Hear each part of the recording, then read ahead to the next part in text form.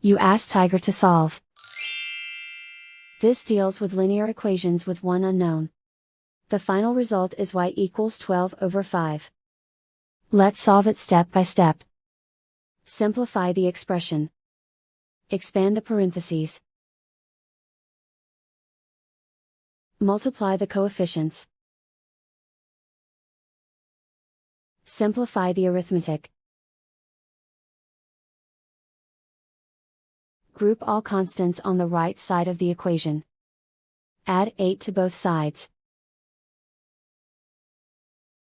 Simplify the arithmetic.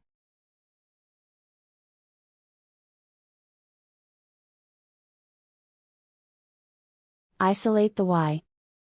Divide both sides by 20.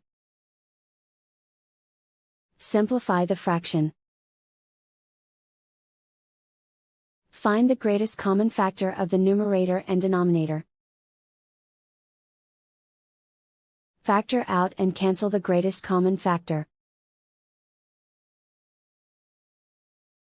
And so the final result is y equals 12 over 5.